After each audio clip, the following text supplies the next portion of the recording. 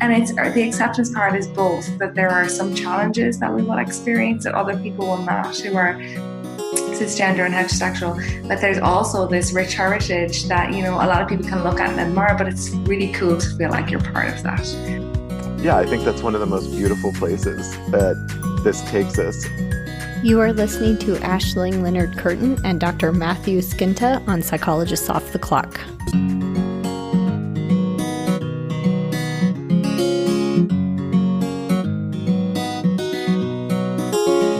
Curious what psychologists chat about over coffee?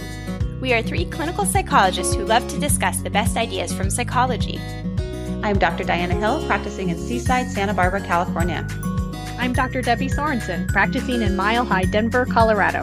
And from coast to coast, I'm Dr. Yael Schoenbrunn, a Boston-based clinical psychologist and assistant professor at Brown University. In this podcast, we explore the psychological principles that we use in our clinical work. And we bring you ideas from psychology that can help you flourish in your work, parenting, relationships, and health. Thank you for listening to Psychologists Off the Clock. Hi folks, this is Diana here. I'm excited to share with you a couple of workshops that I'm going to be doing. One is in February in a couple weeks at Yoga Soup on cultivating psychological flexibility. It's hands-on and experiential. I hope you can make it. That is on February 17th. And the other is a day-long women's wellness retreat that I'm hosting up at Goodland Organics Coffee Farm, which is a beautiful farm up in the foothills of Goleta with ocean views and coffee trees or coffee bushes and exotic fruits. That retreat is going to have everything from arriving to organic coffee and juices. We're going to have yoga. I'm going to teach a couple of workshops on self-compassion and also on psychological flexibility. We're also going to have a beautiful plant-based lunch. So I hope that you can make it. That's April 6th. Save the date. And for podcast listeners, we're offering a discount. So there's a $50 discount if you sign up early, and then an additional $25 off if you enter in off the clock on our website. So look it up on drdianahill.com. Great. Thank you, Diana. That's wonderful. We have for you today an interview I did with Dr. Matthew Skinta and Aisling Leonard-Curtin. They are both clinicians who specialize in working with gender and sexual minorities. And clearly there are many unique challenges, I think, faced by gender and sexual minorities that can really have a deep impact on people. And so I really enjoyed talking with them about their work. Aisling Leonard-Curtin is a chartered counseling psychologist with the Psychological Society of Ireland who lives with her wife, Trish, in Dublin, Ireland. She is a TEDx speaker, co-director of Act Now Purposeful Living, has a small private practice, and consults with a number of organizations to deliver acceptance and mindfulness workshops. Aisling is a peer-reviewed acceptance and commitment therapy and functional analytic psychotherapy trainer. Aisling regularly gives workshops and talks internationally throughout Europe, North America, and Australia. She has over a decade's experience working in a wide range of settings, including adult psychiatry, psycho-oncology, educational, health, and community settings. She co-authored the new self-help book, The Power of Small, alongside her wife, fellow psychologist Trish, a self-help book aimed at those feeling overwhelmed, which was just recently released in 2019. Dr. Matthew Skinta is a board-certified clinical health psychologist who lives with his husband in San Francisco. His private practice focuses on challenges posed by shame and interpersonal rejection and their interaction with health behaviors or minority status. And for 4 years, he directed the Sexual and Gender Identities Clinic at Palo Alto University. Matthew's past research has focused on the impact of stigma and shame on health behavior of sexual minority men, particularly as it relates to sexual health and HIV-related care. He is a peer-reviewed ACT trainer and is certified as both a compassion cultivation training teacher and as a trainer of functional analytic psychotherapy. Matthew has provided workshops for professional organizations, universities, and conferences in North America, South America, and Europe. He is currently writing a clinical manual on process-based therapy for treating minority stress among sexual orientation and gender-diverse clients that will be released by Routledge in 2020. Together, Matthew and Aisling co-edited the book Mindfulness and Acceptance for Gender and Sexual Minorities, which we will be discussing today. They also co-chaired a conference on evidence-based advances in psychotherapy for sexual orientation and gender-diverse clients in the Bay Area in 2017, and are following up with a second international conference in Budapest in September 2019. And if anyone's interested in that conference, we will link to it on our show notes for today's episode. Welcome, Matthew and Aisling. Thank you, Debbie.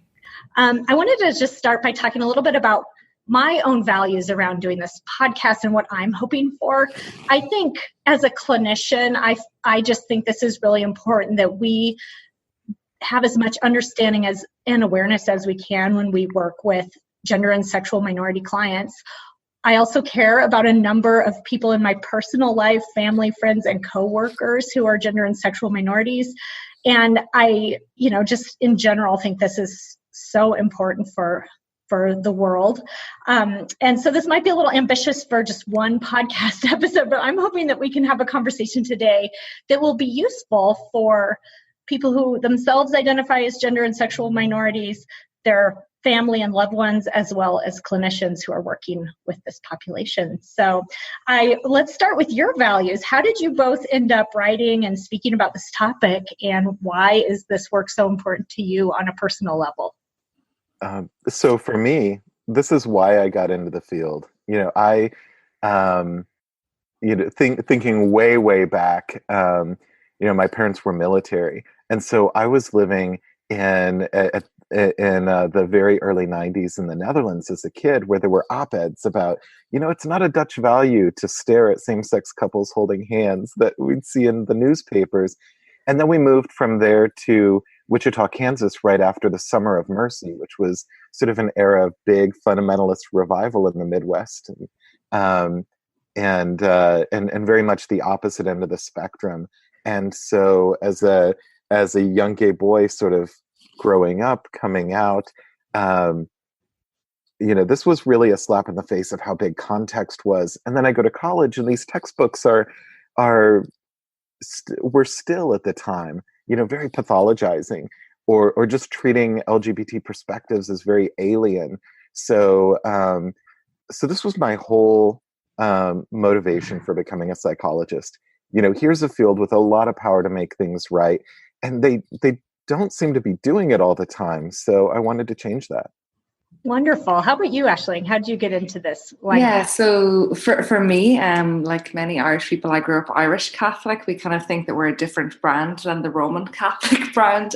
So there was kind of a lot of guilt and shame around sexuality growing up. And I guess for me, I probably repressed my sexuality a lot in the kind of earlier years, and I would have come out later in life. So I would have come out kind of around 6 years ago when I was 28, and then kind of just having people have kind of difficult reactions to that, kind of having them see me as being straight, and then kind of not really understanding and kind of seeing things as a phase. And I think 6 years and a wife later, I think people are kind of on board now.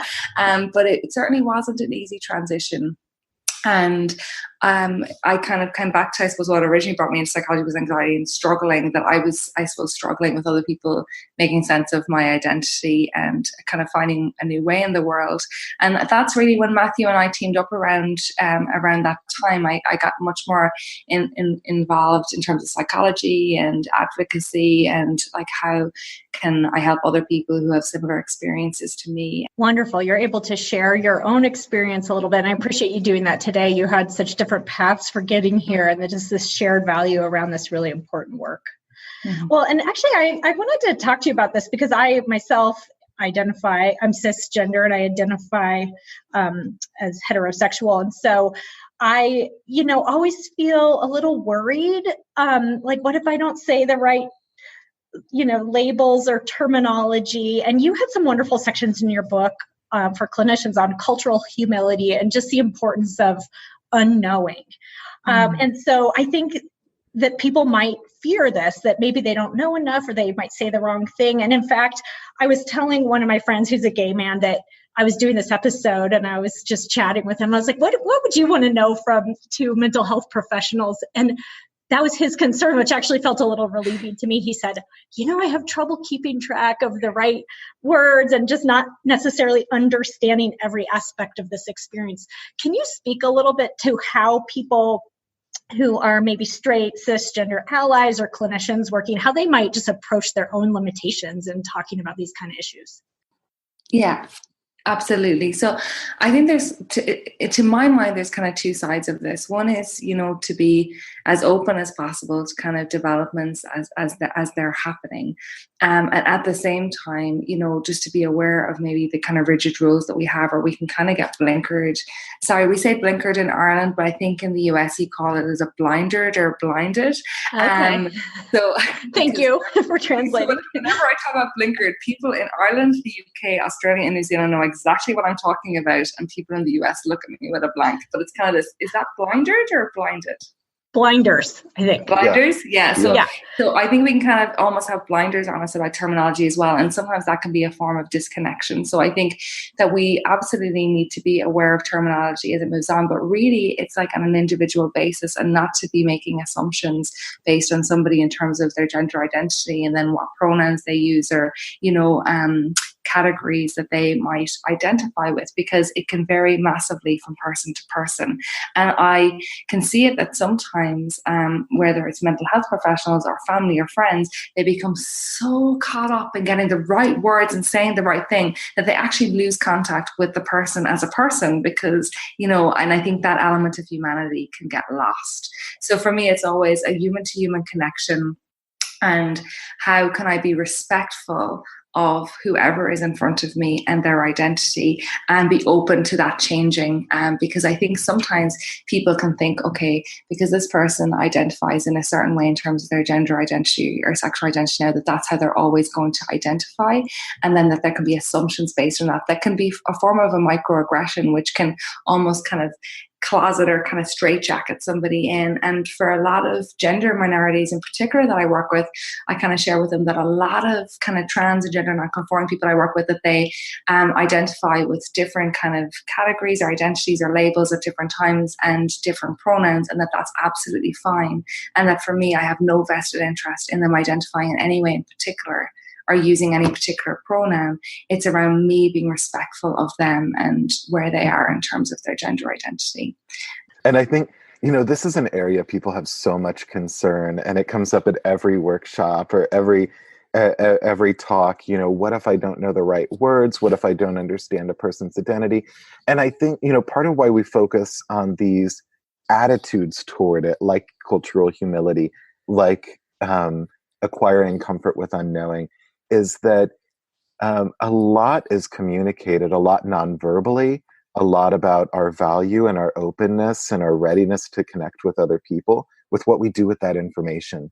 There's not, at a certain level, there's not a lot different that someone is telling you when they say, oh, actually, this is my pronoun, or this is the correct pronoun for me, versus, oh, I used to work at that shop across the street. But how do you respond in terms of curiosity, in terms of rolling with it, in terms of staying connected and engaged in a conversation? And so that kind of nervous floundering or overly intense curiosity that sometimes comes up, I think that could be another way that rifts develop, because we worry so much that this is something that we have to get right and we have to know, or that, or without thinking about it, we kind of put it on the other person, that our comfort with what they've just said has to be taken care of in some way by them. And it's not their job to make us okay, because we don't have a similar gender experience or experience of our sexual orientation or a history of how it's evolved over time. And so I really think it's just important to recognize that, because it comes across as, and it will come across, Aisling mentioned microaggressions, as a rejection of the other person or as an objectification of the other person. And so, so this is just in keeping with our own values of, can we stay connected? Is this a person we care about? Can I show that care through receiving whatever I hear in that way? Yeah. So just, it really, I think, speaks to the importance of not assuming anything, of showing up there, even if there is some uncertainty that you're sitting with, be there anyway. And then something I love from your book that I'm going to hold on to is simply and compassionately ask. So don't assume anything, just talk to the person and find out and show up and do your best. Yeah. Well, I think that this is a really timely podcast episode, although I suppose it's always timely, but I know that issues related to gender and sexual minorities have really been in politics, in the news, in the US and in Ireland. In fact, I've read some recent reports from overseas as well. And one thing that I'm really curious about is how the cultural events in the news, politics, current events, how that plays out in terms of mental health factors. Well, it takes an incredibly heavy toll. And I think the news coverage often downplays the impact. There was the news recently, and there were protests here about a White House memo that was intended to, and the White House is also, I understand, attempted to pressure the UN toward this same stance of we should recognize two biological sexes. And in talking about this, I think for some people disconnected from gender and sexual minority communities, you think, oh, well, this is this sort of vanity coastal issue. But the reality is this affects people's ability to travel. If you don't have a passport that matches your gender, to work, if you don't have ID or social security card that's consistent with how you present yourself, or if it lists your dead name. These are all ways where very quickly a person is just roughly shoved out of mainstream society and out of their ability to work and out of their ability to care for themselves. And so then how that translates in the office is hopelessness, is suicidality, is incredible anxiety, because you don't know what situations it will come up in. And you get that parallel as well, where there are all those reports of, as the federal government says, no, it's my job to police what your gender is.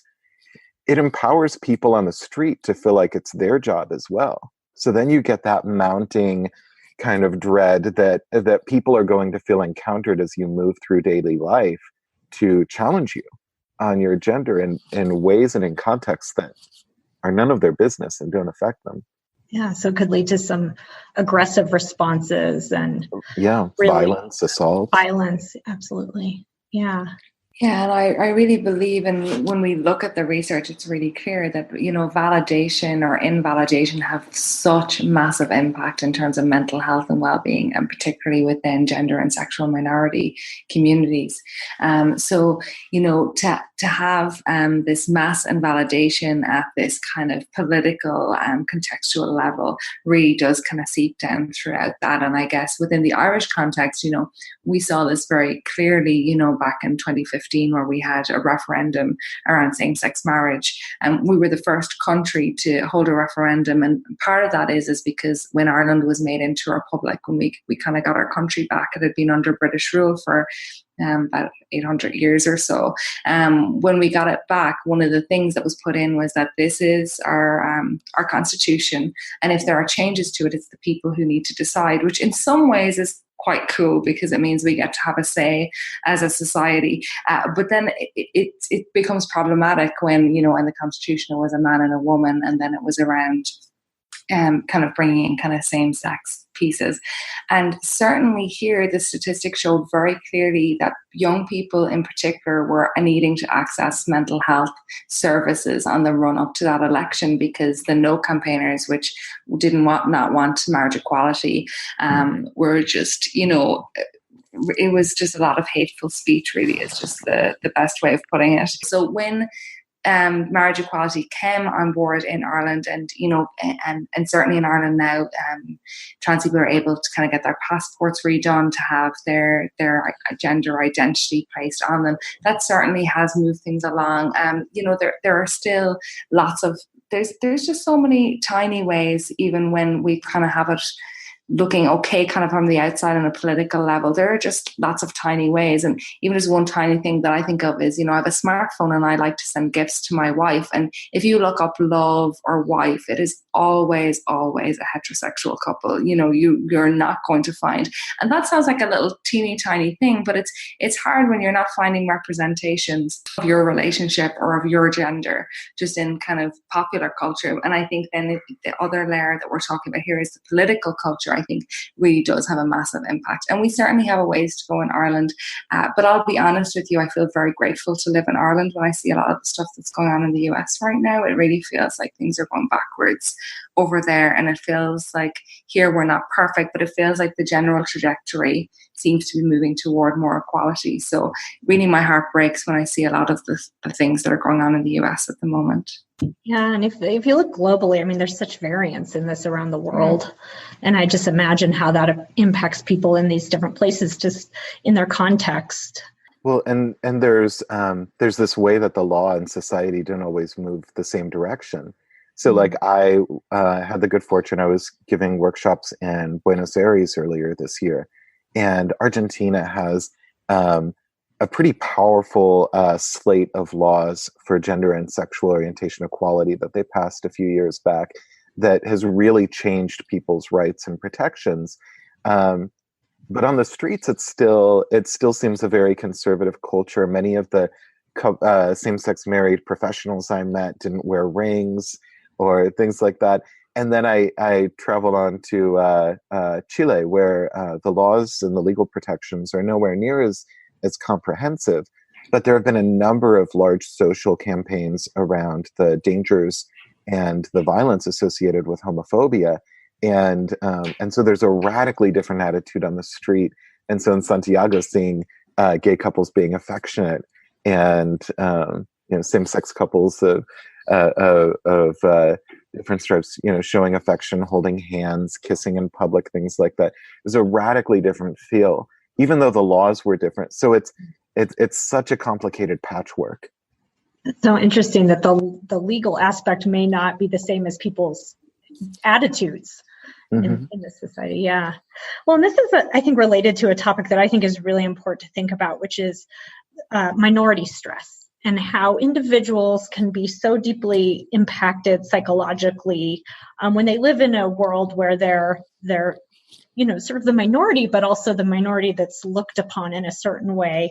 Can you guys tell our listeners about what minority stress is and how that can impact people? So minority stress, it's helpful to think of as this is a theoretical lens that researchers use just to track how bias affects people. So part of it is that in the early days of LGBT research, they were like, oh, well, internalized homophobia, that's a good focus. We know people carry around a lot of baggage from what they were told. But over the course of the 80s, they realized, this is a pretty limiting lens. Not only is this not telling us a lot, but it's not capturing, this doesn't predict what we see in the studies of depression, of anxiety, of panic, of substance use.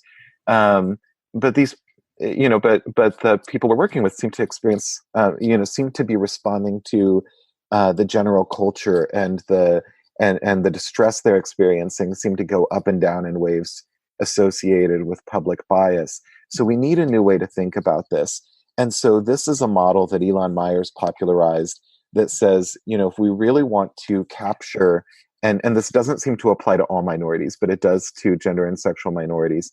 If we really want to capture the spectrum of how people are harmed, we need to look at the range from starting with what we internalize, like negative messages or messages about pathology, the sense of fear of how others will respond or that we'll be rejected in our social relationships, the effort we're putting into concealment in different parts of our life so we could stay safe, our experiences with overt discrimination leading up to and including acts of violence. And so you really need to capture the full gamut if you want from a science perspective to start to account for where the changes are and to think about how you want to intervene with your clients. And just one tiny kind of add on to that I think for me has been really important about minority stress is obviously not something that's isolated to just gender and sexual minorities. It also is the case for ethnic minorities and so forth. However, generally for ethnic minorities, people have their family more often than not, so you have other people who you can clearly relate to who belong to the same minority group. So there can be a sense of validation and community there. And the problem can be for particularly a lot of young gender and sexual minorities, and particularly if they live within a conservative home, is that they might not be able to overtly share what their identity is, and then they might not have that sense of community and that sense of connectedness. So I think that's a really key kind of piece to see, is that that sense of kind of community and connectedness is really important, and especially important for gender and sexual minorities, particularly if people don't know other people who identify as they do. Right, if they're feeling sort of separate or outcast from the people around them. Yeah, that takes a huge toll. Absolutely. Mm-hmm. Aisling, you have a chapter in the book about coming out with compassion. I love that title. And you really write about the importance of coming out and that process for people when it's sort of assumed that you'll be heterosexual, cisgender. Can you tell us about that? So I guess in terms of coming out, I suppose if you kind of think of it in terms of a continuum, or in terms of kind of, I suppose, outness versus concealment in terms of kind of gender or sexual identity. And there may be some situations in some contexts in which the safer option may be to conceal identity. So for example, I am pretty out in most areas of my life, but there might be some times where maybe I'm in a taxi or something like that late at night in a neighborhood that I don't know, or in a city that I don't know. And in those situations, it just might be safer for me to conceal my identity. And that's not going to really have a damaging impact in terms of my mental health and well-being. However, if I'm concealing my identity on a mass ongoing basis, that's going to lead to a lot of shame in myself. And that will lead to a lot of, I'm just kind of using myself as an example, but it's going to lead for a lot of shame for, clients or kind of friends or people who identify gender and sexual minorities. So it's not necessary that we need to be out or open in all contexts. However, there is a significant body of research to show that if we are mainly concealing our gender or sexual identity, that's going to lead to a lot of feelings of shame around ourselves, around our identity,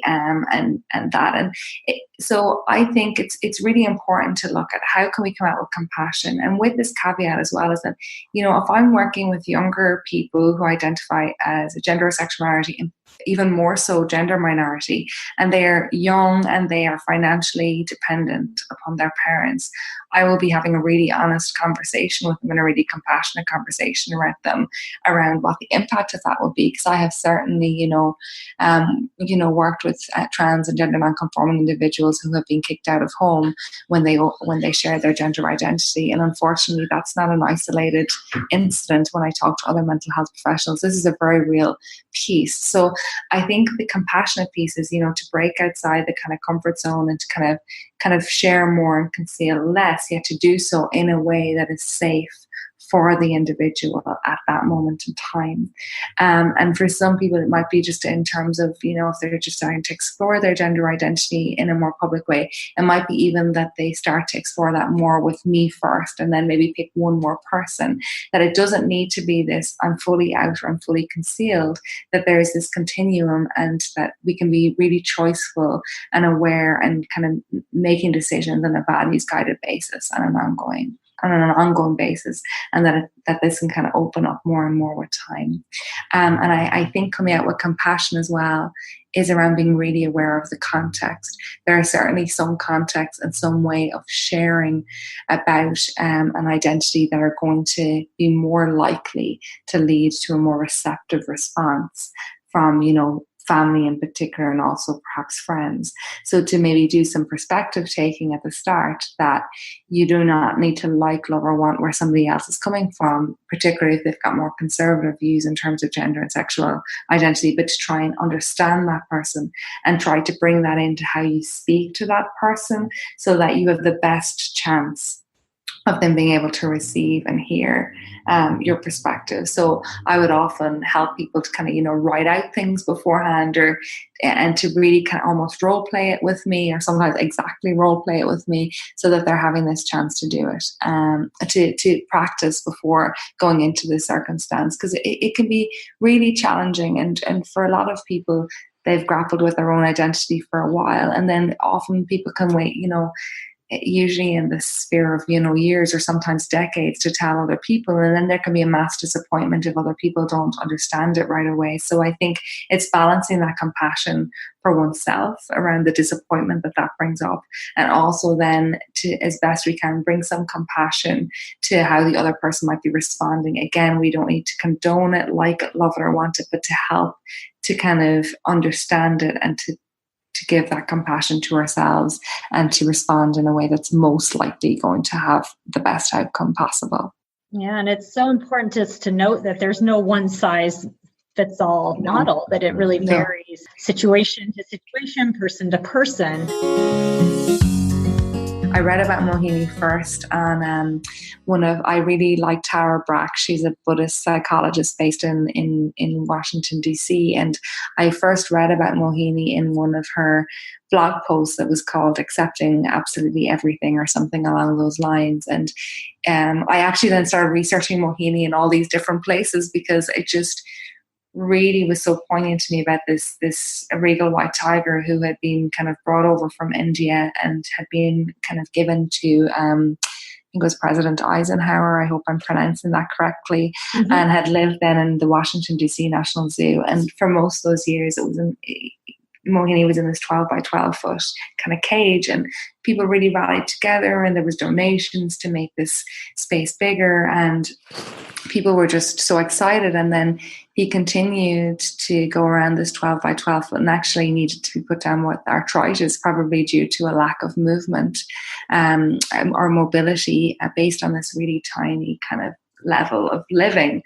And when I think about that, I think that if they had gradually expanded from 12 by 12 to 13 by 13 to 14 by 14, the tiger would have been able to acclimate better. But sometimes we have this rush that we can get into this idea that, being out or what have you is the best way to be, and actually often to do so in a gradual, compassionate way. Perhaps firstly going to people who we have good reason to believe are more likely to be receptive, and building it out that way is often a more sustainable way, and can often be better in terms of our mental health and well-being. And I use that kind of the story of Mohini across the board. And Matthew and I have run a number of workshops where we actually ask people to think about times where they felt closeted by, gender or sexuality. And we make it really clear that you don't have to identify as a gender or sexual minority to feel closeted in terms of a gender and sexual identity. So often, cisgender heterosexual men might say, I was told that if I showed emotion, if I cried, that I wasn't acting like a man, or that I wasn't attractive or, sexually desirable when I did that. So I learned to kind of push it down. And when I think we do an exercise like this, and we look at ways that we have felt kind of closeted or kind of in a straitjacket based on gender or sexual expectations of ourselves, and then the actions that we inadvertently engage in that in some ways make us feel even more trapped. I think, and often people are like, I don't really know. And then people write it down and they see what other people write down and they realize how prevalent this really is. And I don't know, Matthew, if you want to share anything else on that, because I know we've engaged in that exercise together. I'm just thinking of once Aisling and I did a webinar together and asked people to send their responses from the 12 by 12 just to the moderator so that it could be reposted anonymously. And it worked just as well. It was that same experience of, it hits so deeply because when we're isolated in this way, which, if you're in the closet, you can't connect with other people. You don't realize how much of your story is a shared story. And this goes, much earlier, Aisling was mentioning just that community connectedness piece, how much of a resource that is. And that's what we get when we start to open up. We get the flip side, which is we realize my story isn't one that makes me alone. My story is one that makes me part of a group of people that have a lot of resources and can find love and can support one another. So important. So important. Yeah. And I just love thinking about how we are caged in sometimes by these inflexible views we get around issues related to gender and sexuality, and that there's something to be said for for sharing stories so that we get less caged in by that and the flexibility grows. Matthew, I know that one of the chapters that you read that I thought was really important, especially as a clinician, was about shame and why shame is such an important issue in working with gender and sexual minorities. Can you speak a bit about shame and how you work with it in your practice? Yeah. So I think of shame as, there's a big emphasis right now in emotion research about just where these emotions come from and the function they play in our life. And I think it's important to recognize that shame is, in the construction of our physical, of our hardware over the millennia, shame is that check engine light that says you're under threat or at risk of losing your connections with others, of being left out of the group. And it leads to hiding, it leads to closing ourselves off, it leads to withdrawing, it leads to making ourselves smaller, and it overlaps with most of those aspects of minority stress we talked about earlier. The more you conceal, well, what do you do when you're ashamed? I mean, you hide your face, you shrink yourself physically. Concealment at its heart is an action that resonates with shame. Rejection sensitivity, or the fear of how others will respond to us. If you have to put armor on every day emotionally because life has taught you that if someone really sees you, like really sees who you are, that they're going to reject you, or that they'll see something broken about you, then that also fosters shame.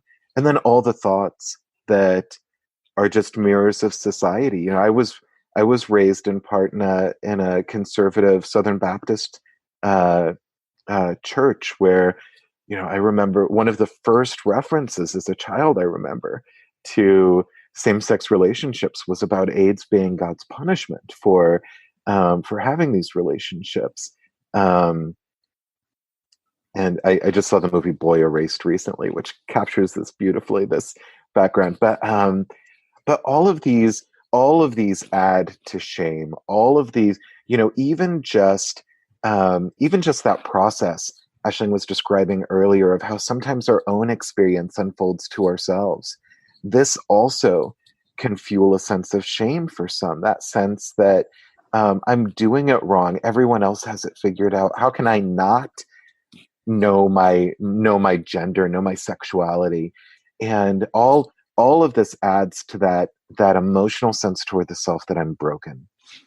And it's just, there are so many messages from all directions in our community that push for that I think that's part of what makes it so central to work on.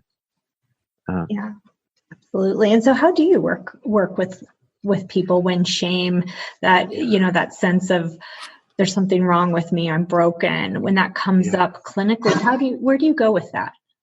It's probably complicated, because I doubt, again, that there's a one-size-fits-all model. But yeah, and this was, as an editor on this book, that was one of the decisions why from very early on I knew I wanted more than one shame chapter to capture some of the directions.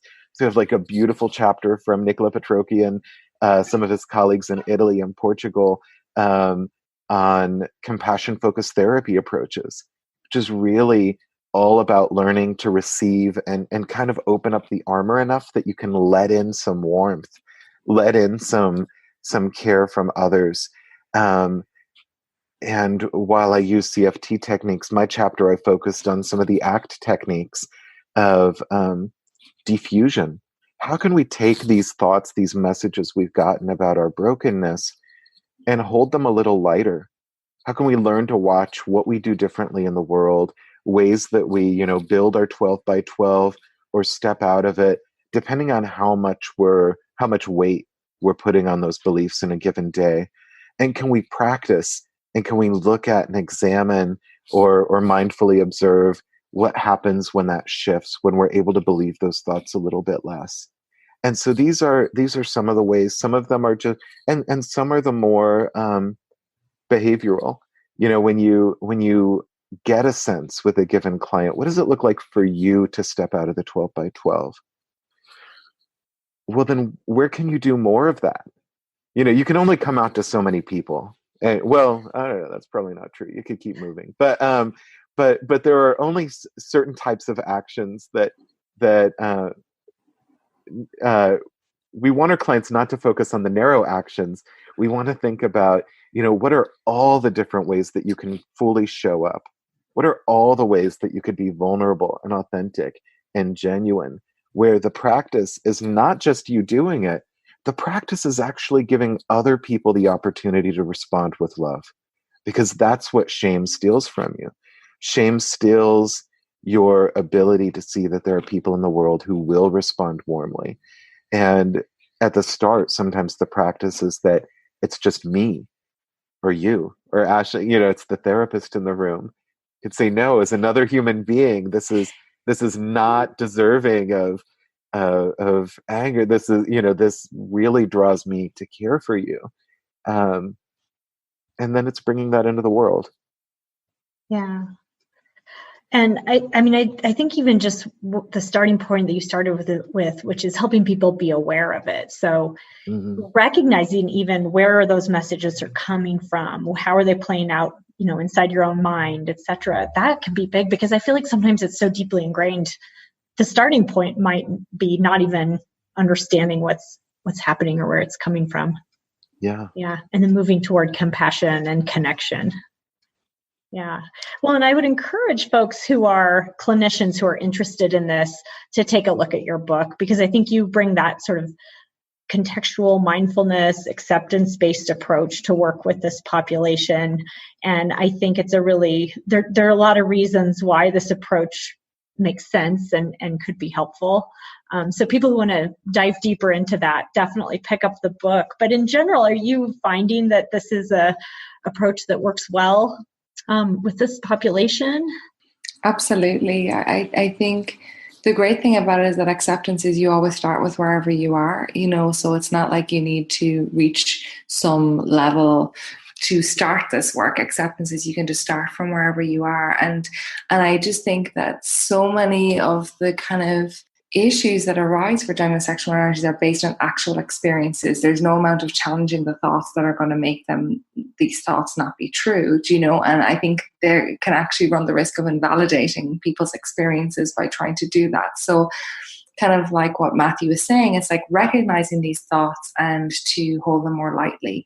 And I think to actually really help people to contextualize from an evolutionary perspective, there's a lot of reasons why we would be afraid of rejection, because, a lone monkey was a dead monkey, and there was a lot of ostracizing of gender and sexual minorities throughout history. So there's a lot of that we kind of carry still with us today.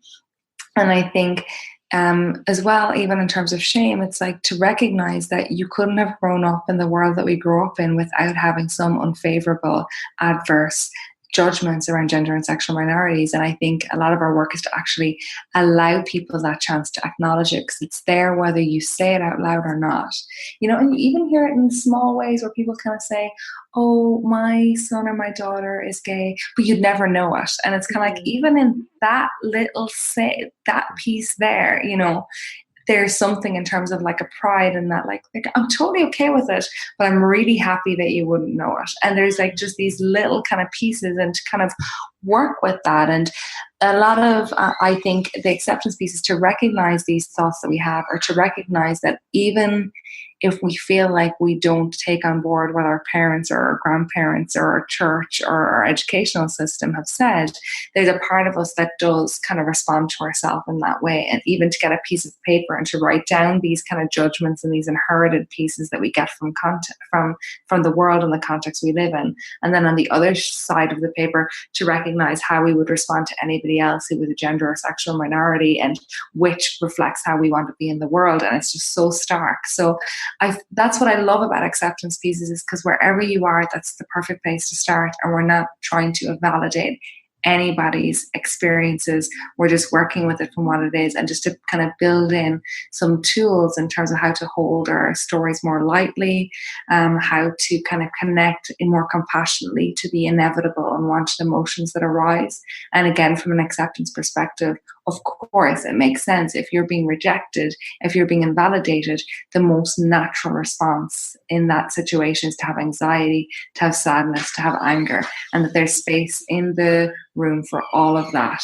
And to really then work on the value part, that there's a lot of really amazing things about being a gender and sexual minority as well. You know, it gives you access to a community and a sense of connectedness that, you know, there's any place we go into in the world, or at least anywhere where there's kind of an open community, that there's somewhere that Matthew or I could drop into and have a sense of kind of connection and belonging, which is incredible. And if you look at, you know, the people who've come before us and the rights that have been gotten through our community, it's like, it's phenomenal. And it's the acceptance part is both that there are some challenges that we will experience that other people will not, who are cisgender and heterosexual, but there's also this rich heritage that, you know, a lot of people can look at and admire, but it's really cool to feel like you're part of that.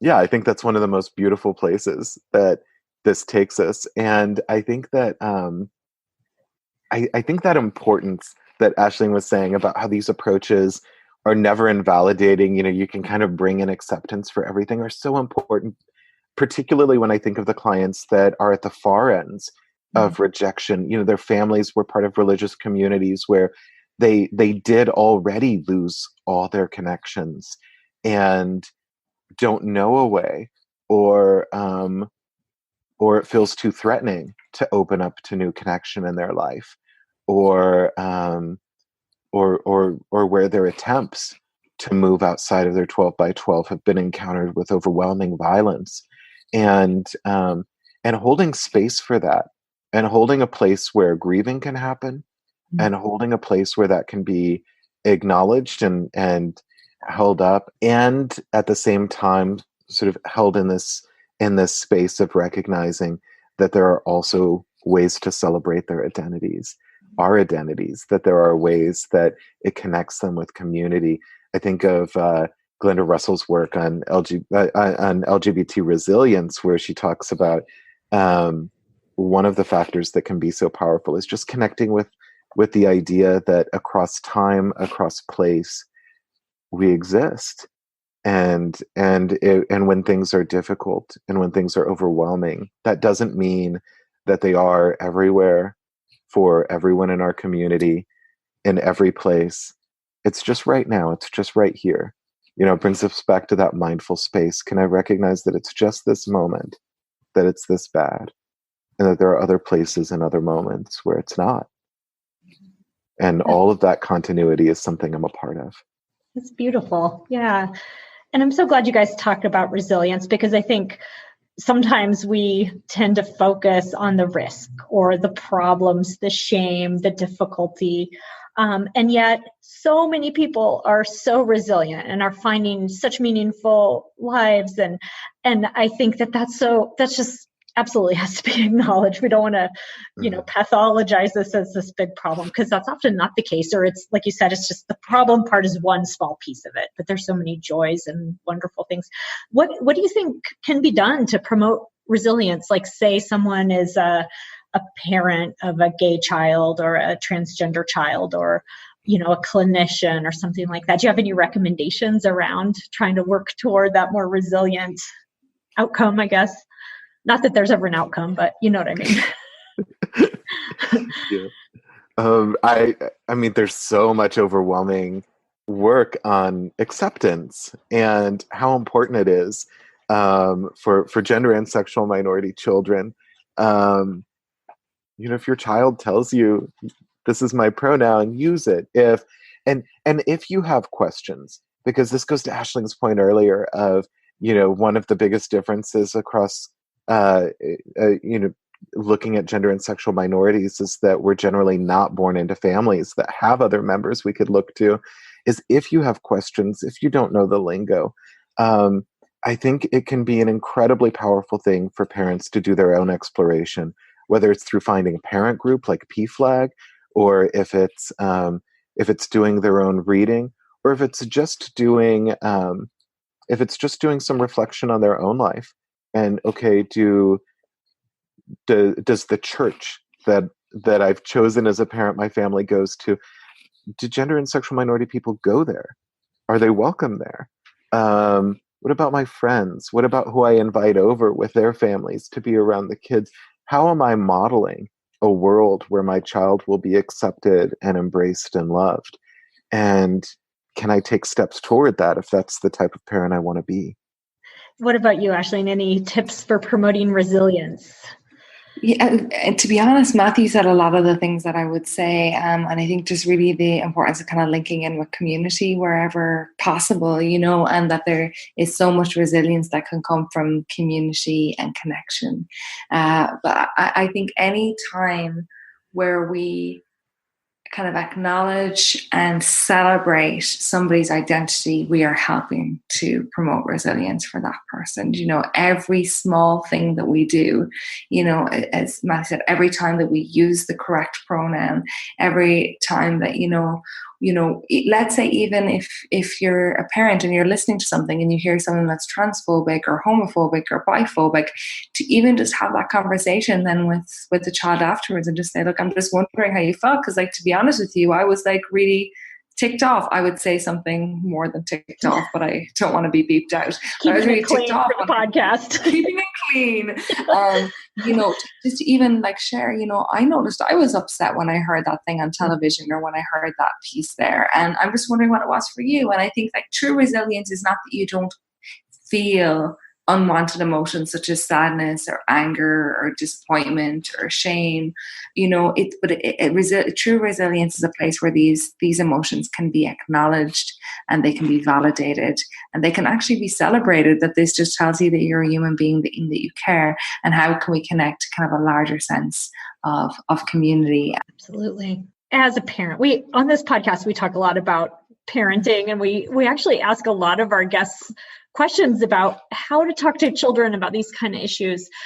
I know that in my upbringing, there were pretty fixed views about gender that I was exposed to. I think that's probably true for most people. I'd say it's the rare person who doesn't get that. Do you have suggestions for parents who want to raise children who are open, who have more flexibility, who have compassion, whether it's for themselves or for other people they know, maybe who are, say, not aligning with traditional gender roles and that kind of thing?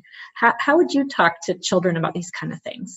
For me, I think there's some piece in terms of being aware of what kind of rules or guidelines are we it might be inadvertently kind of exposing children to very, very early on, such as, just the really typical things like girls wear pink and boys wear blue and girls do this and boys do that. And I even think just in certain ways, just to even just create space, for children to play in whatever way that they want to play or express themselves in whatever way they want to express themselves. And, even if kind of similarly, if you're watching television, because it's so prevalent. And honestly, I have never met somebody who was not raised with kind of pretty fixed gender roles at some level. So maybe Matthew he lives in the Bay Area, but certainly over here, everyone I've met has kind of gotten some rigid kind of rules about it.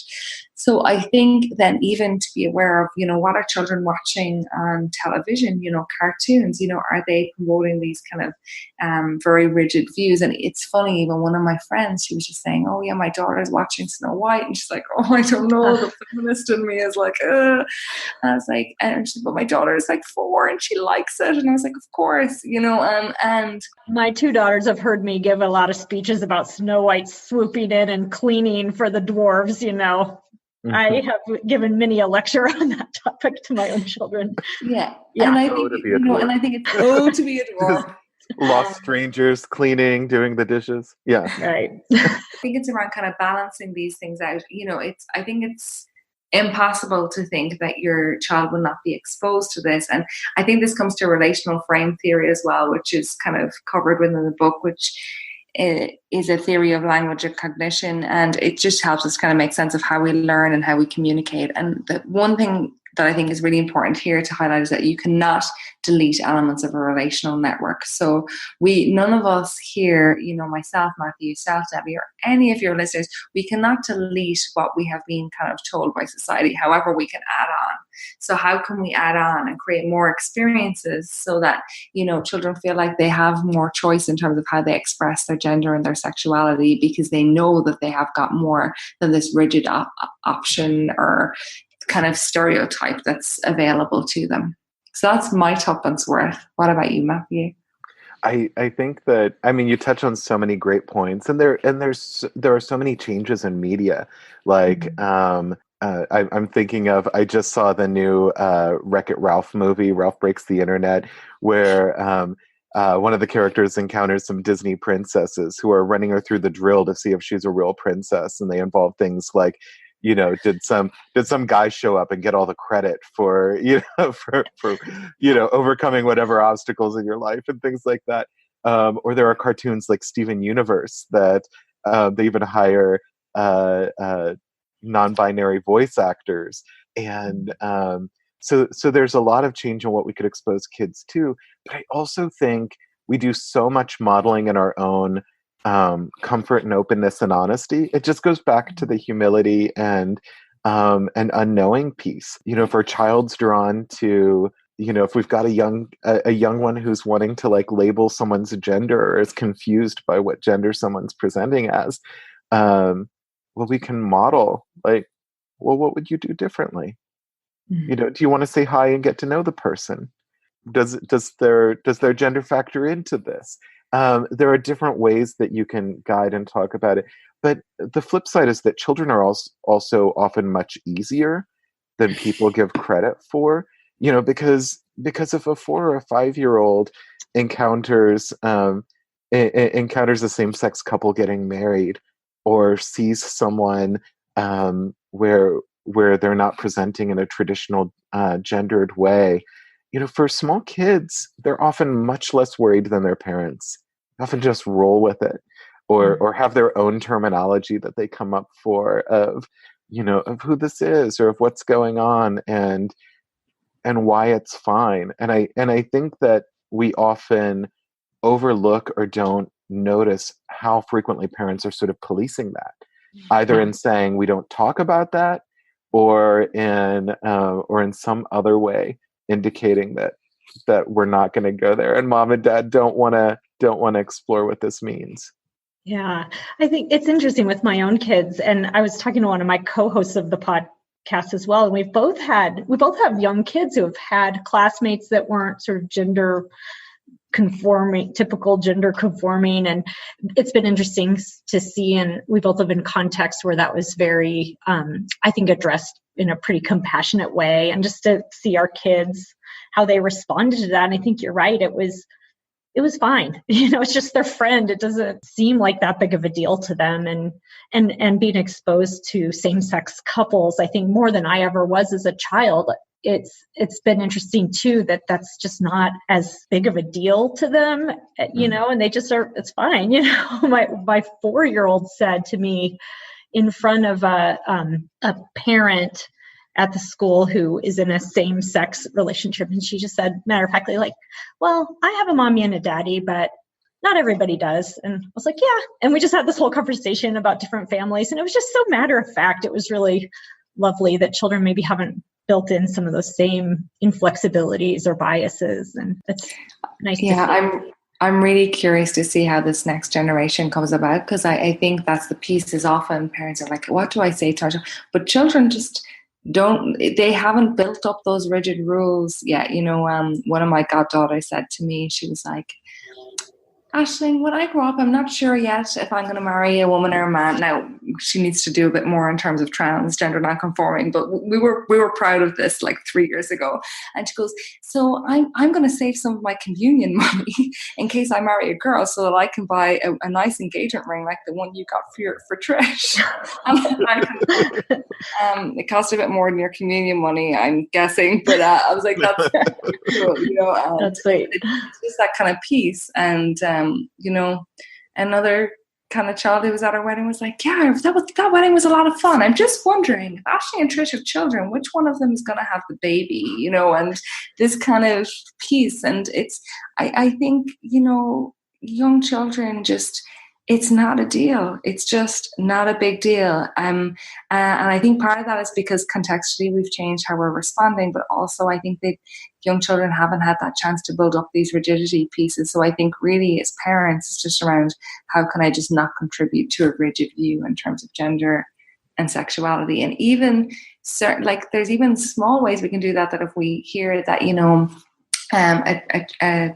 a child has had same-sex, kind of leanings, or a teenager, that we don't automatically label that person as gay, because that might not be their identity. And, Lisa Diamond has done some wonderful work around this, that, people can identify as gay at some points in their life, straight at others, and bisexual at other points in life, and that it isn't fixed or stable in that way. And I think that we just want to be aware of not putting children into boxes as well around kind of either gender identity or sexual identity based on an assumption. Yeah, it kind of brings us back to our original point, which is a nice place to close, which is that, you can't make assumptions. You can't assume that everyone's experience is the same. And I have really appreciated the conversation today, just in terms of thinking through some of these issues. There's probably a whole nother, we could go on for hours about this, but it's been really absolutely wonderful. I'm so honored that you both came on to the podcast to talk about this with us today. And I also just want to thank you from the bottom of my heart for the really important work that you're doing. I really, really appreciate it. Thank you so much for having us. Thank you. And I am especially appreciative that you were both willing to do this in the morning, so that I was able to talk to you in my early evening time. So that's right. Coordinating time zones is a big challenge. Yeah. Before we end, do you have any resources? How can people find you? You're online. I know you have your TEDx Talk, which is wonderful, Aisling. Thank you. So I have a TEDx talk. It's called The Power of Small. It's up on the TEDx YouTube channel. And also I'm pretty active on Twitter as well. A little bit less active recently, but that's going to change up a little bit now. That's at Aisling L. Curtin. And there are some resources that go alongside our book, which people can get through the New Harbinger website as well. So that's kind of a nice way of kind of staying connected with us. And Matthew, what are the best ways of getting in touch with you? There's my website, drmatthewskinta.com. And in addition to our book, I also thought I'd put in a soft plug for Sen Chang and Annalise Singh and Lord Dickey just came out with a clinician's guide to gender-affirming care as well. So there are so many amazing new resources coming out. Well, we will link to those on our web page so that people can find them easily. If you guys send me a list, I'll put those up so that our listeners can find you and find these resources. Thank you again, and best of luck to you both. Thank you. Thank you.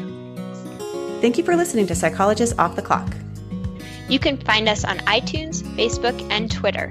This podcast is for informational and entertainment purposes only and is not meant to be a substitute for mental health treatment. If you are having a mental health emergency, please dial 911. If you're looking for mental health treatment, please visit the resources on our webpage. Our website is www.offtheclockpsych.com. That's www.offtheclockpsych.com.